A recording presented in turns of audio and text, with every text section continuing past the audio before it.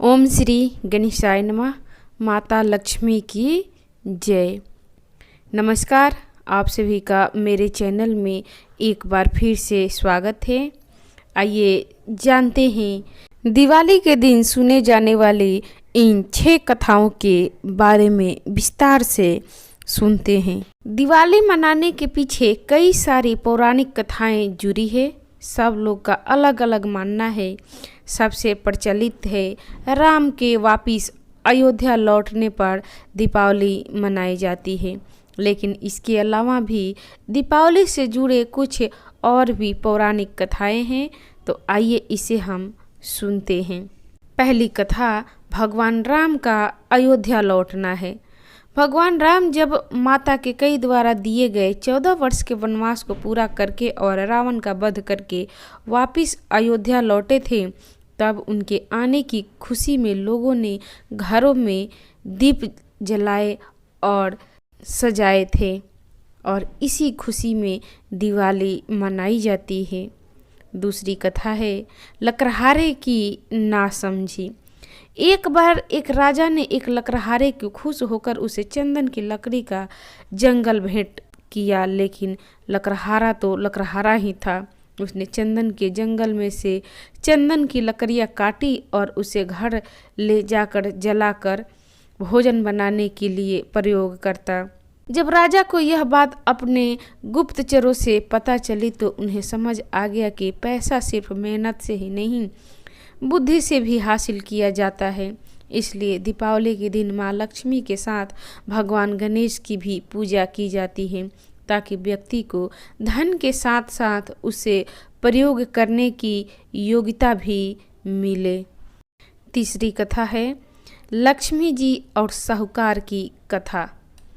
एक साहूकार था जिसकी बेटी हमेशा पीपल के पेड़ पर पानी चढ़ाने जाती थी। जिस पेड़ पर वह पानी चढ़ाती थी उस पेड़ पर माँ लक्ष्मी का निवास था। एक दिन लक्ष्मी जी ने साहूकार की बेटी से कहा, मैं तुम्हारी मित्र बनना चाहती हूँ। इस पर साहूकार की बेटी ने कहा, मैं अपने पिता से पूछ कर आऊँगी। लड़की ने अपने पिता को सारी बात बताई। तब साहूकार ने कहा, हाँ कह दिया। इस तरह माँ लक्ष्मी और साहूकार की बेटी की दोस्ती हो गई। एक दिन माँ लक्ष्मी ने साहूकार की बेटी को अपने घर बुलाया और उसका खूब स्वागत किया। उसे अच्छे से व्यंजन परोसे। मेहमान नवाजी के बाद जब साहूकार की बेटी जाने लगी तो माँ लक्ष्मी ने कहा कि मुझे अपने घर कब बुलाओगी। साहूकार की बेटी ने माँ लक्ष्मी को अपने घर तो बुला लिया, लेकिन उसे डर था कि उसके घर की आर्थिक स्थिति ठीक नहीं है। वो कैसे माँ लक्ष्मी को मेहमान नवाजी करेगी। यह बात साहूकार को पता चली तो उसने अपनी बेटी से कहा, तुम फौरन मिट्टी के चौका लगाकर साफ सफाई कर दे, 4 बाती के मुख वाला दिया जला और लक्ष्मी जी का नाम लेकर बैठ जा। उसी समय एक चील किसी रानी का नौलखा हार लेकर उसके पास डाल के चली गई। साहूकार की बेटी ने उसे बेचकर माँ लक्ष्मी के लिए अच्छा भोजन बनाया। माँ लक्ष्मी भगवान गणेश के साथ साहूकार के घर पधारी। साहूकार और उसकी बेटी ने उसका खूब स्वागत किया।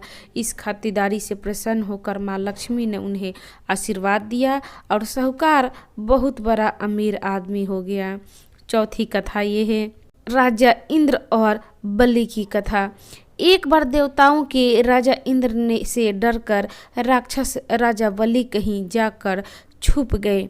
राजा इंद्र उन्हें खोजते खोजते एक खाली घर में पहुँचे। वहाँ राजा बलि गधे के रूप में छुपे हुए थे। दोनों की आपस में बातचीत होने लगी। बातचीत चल ही रही थी कि इतने में राजा बलि के शरीर से एक स्त्री बाहर निकली।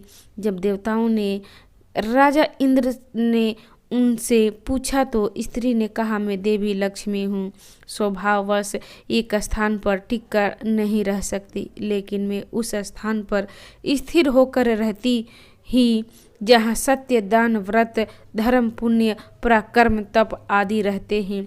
जो व्यक्ति सत्यवादी होता है, ब्राह्मणों का हितैषी होता है, धर्म की मर्यादा का पालन करता है, उसी के यहाँ मैं निवास करती हूँ। इस तरह यह बात स्पष्ट है कि माँ लक्ष्मी केवल वही अस्थायी रूप से निवास करती है, जहाँ अच्छे गुणी व्यक्ति निवास करते हैं। दिवाली की 5वीं कथा भगवान कृष्ण और नरकासुर की। कृष्ण भक्तों के अनुसार इसी दिन भगवान श्री कृष्ण ने नरकासुर का वध किया था और इसी खुशी में भक्तों ने घरों में दीप जलाए थे, इसलिए दिवाली का त्यौहार मनाया जाता है। छठी कथा है दिवाली से जुड़ी कुछ प्रसिद्ध कथाएं और कहानियाँ। छठी कथा है समुद्र मंथन की। जब भगवान विष्णु ने नरसिंह का रूप धारण कर हिरण्यकश्यप का वध किया था और उसी दिन समुद्र मंथन भी हुआ था। इस समुद्र मंथन से माँ लक्ष्मी और धन्वंतरी प्रकट हुए थे और इसी वजह से भी दिवाली का त्यौहार मनाया जाता है। दिवाली मनाने का कारण भले ही कुछ भी हो, लेकिन इतना निश्चित है कि हर कथा के पीछे दीपों का महत्व है। दिवाली का त्यौहार अंधेरे से उजाले, अधर्म से धर्म, पाप से पुण्य का त्यौहार है। दिवाली का त्यौहार सब लोग मिलकर खुशी के साथ मनाते हैं।